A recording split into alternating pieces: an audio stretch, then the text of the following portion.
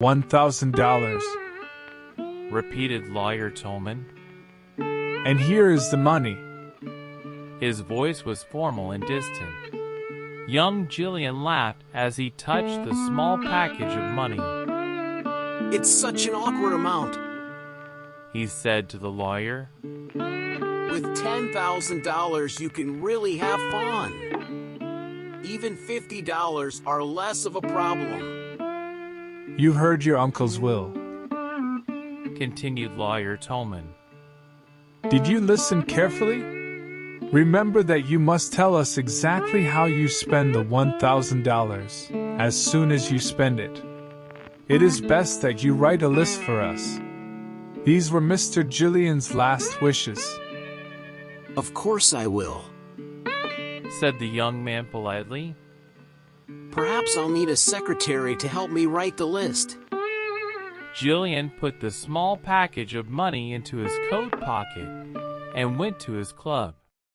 At his club, he looked for old Bryson, who was 40 years old and calm. He was reading a book and took off his glasses when he saw Jillian. Wake up, old Bryson, said Jillian. I have a funny story to tell you. Why don't you tell it to someone else? Said old Bryson. You know I hate your stories. This one is better than usual, said Jillian. It's sad and funny. My uncle left me $1,000 in his will. Now what can a man do with $1,000? I thought your uncle was a very rich man with about $500,000. Said old Bryson, showing very little interest. He was, said Jillian happily. That's why it's so funny. He left one part of his money to the scientist who will discover a new germ, and the other part to build a hospital that will destroy the germ. Then the butler and the housekeeper got a special ring and $10 each. And I got $1,000. You have plenty of money to spend, said old Bryson. Oh yes, plenty, said Jillian. My uncle was very generous with me. Are there any other heirs? Asked old Bryson. None, except for Miss Hayden, a ward of my uncle who lived in his house. She's a quiet girl, the daughter of one of his friends. Now tell me, old Bryson, what can a man do with $1,000?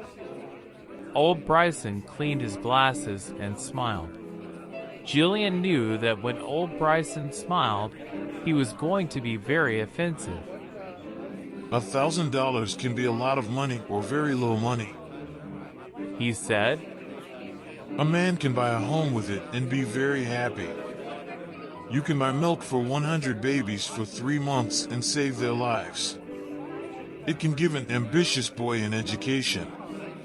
A man can buy a real Corot painting. You can also live well in a New Hampshire town for 2 years. But you, Bobby Jillian, can do only one thing. You can buy Miss Lotta Laurier a diamond pendant with $1,000. Thanks, said Jillian. I knew you could solve the problem. Jillian phoned for a taxi.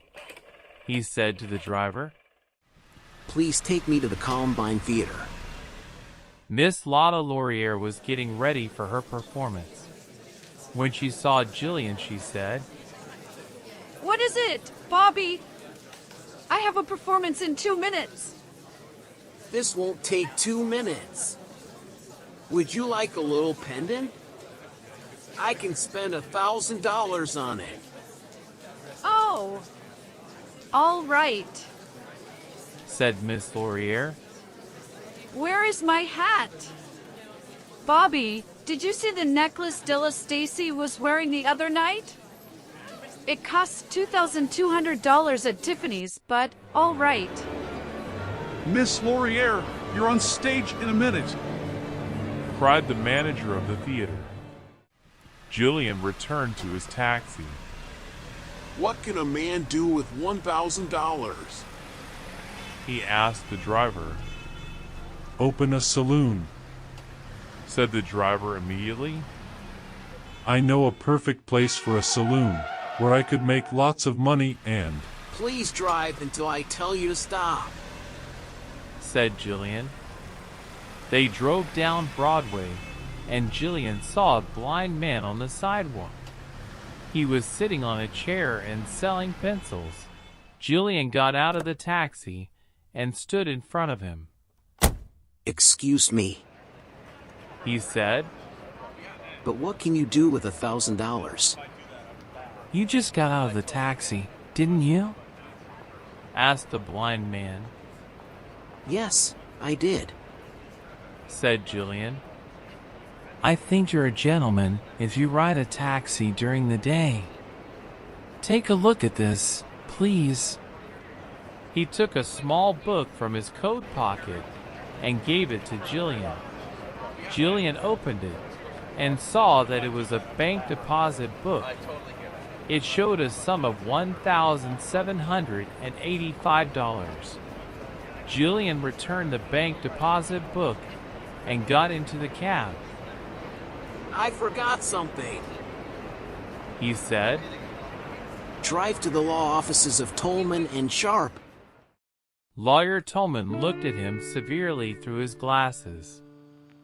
Excuse me, said Jillian cheerfully. May I ask you a question? Did my uncle leave Miss Hayden anything besides the ring and the $10? Nothing, said Mr. Tolman. Thank you very much, sir, said Jillian, and he returned to his taxi. He gave the driver the address of his late uncle's home. Miss Hayden was writing letters in the library. She was small and thin, and she wore black clothes. But she had lovely eyes. Jillian entered and said, I was at the lawyer's office and he found an additional clause to my uncle's will. It seems that he left you $1,000. Mr. Tolman asked me to bring you this money. Here it is. Please count it to see if it's right. Jillian put the money near her hand on the desk. Miss Hayden's face turned white. Oh, she said, and again. oh. Jillian turned and looked out of the window. I think you know that I love you, Jillian said. I am sorry, said Miss Hayden, taking her money. Then, there is no hope? Asked Jillian.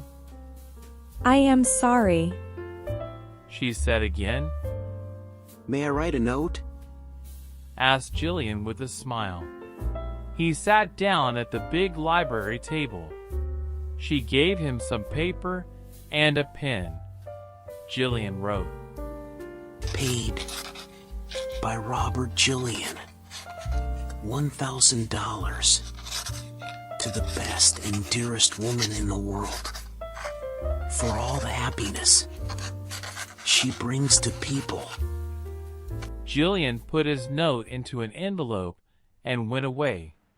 His taxi stopped again at the law offices of Tolman and Sharp. I spent $1,000, he said happily.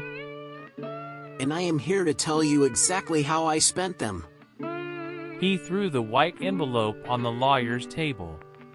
Mr. Tolman did not touch the envelope and went to a door and called his partner, Mr. Sharp. Together they opened the big safe.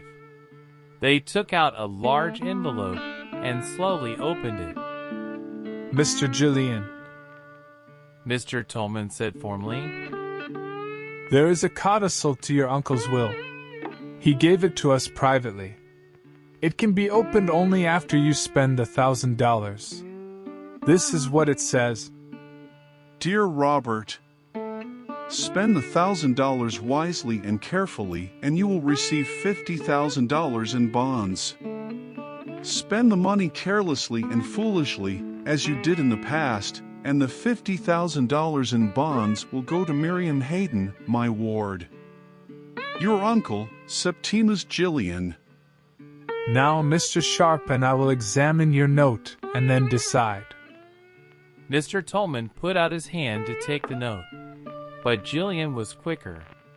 He took it and tore it into little pieces and put them in his pocket. Oh, it's all right. He said, smiling. I don't want to disturb you with this. I lost the $1,000 at the horse races. Good day to you, gentlemen. Tolman and Sharp looked at each other and shook their heads. Julian left and whistled happily as he waited for the elevator. The end. The conclusion is that you should spend your money wisely. It can lead you to very positive results. Please subscribe, like and comment the video so that more people can watch it. Thank you very much.